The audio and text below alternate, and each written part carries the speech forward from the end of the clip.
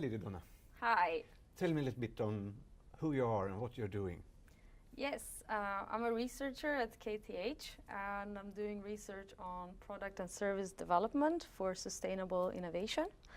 We're trying to do research on how we can transform people's travel behavior through design of better services.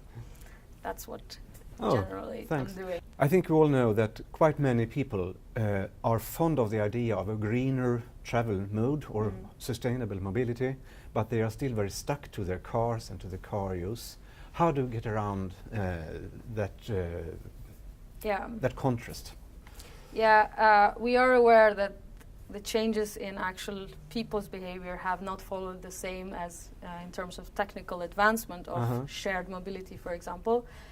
But what we have seen from our 3-year research to working together with people, involving people in the process of designing services, we see that people, are aware of these problems with the car use. They really want to step out of their car use.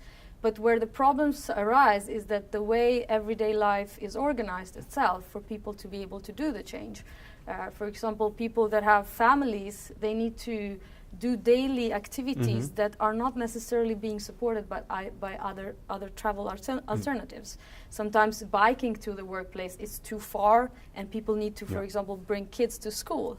In that regard, it's much more difficult to find an alternative that supports this kind of behavior. So what we have seen from our project is that in order to motivate that change, we need to really provide way better alternatives for people to be able to conduct their daily activities without problems.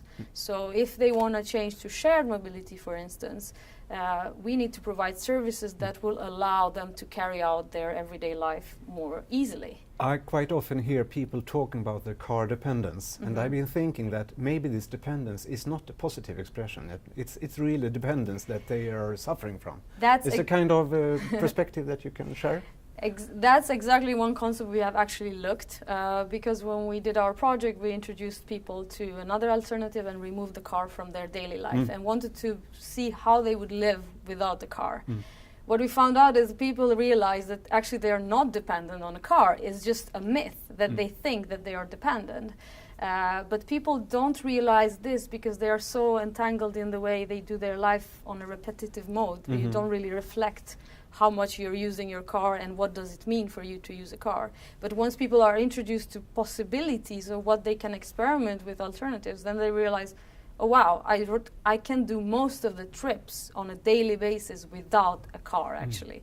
And this is a result we have seen in our project, that people shifted their perception of how they do their lives based on travel modes on a daily basis completely after experiencing a new alternative, which was completely different from a car.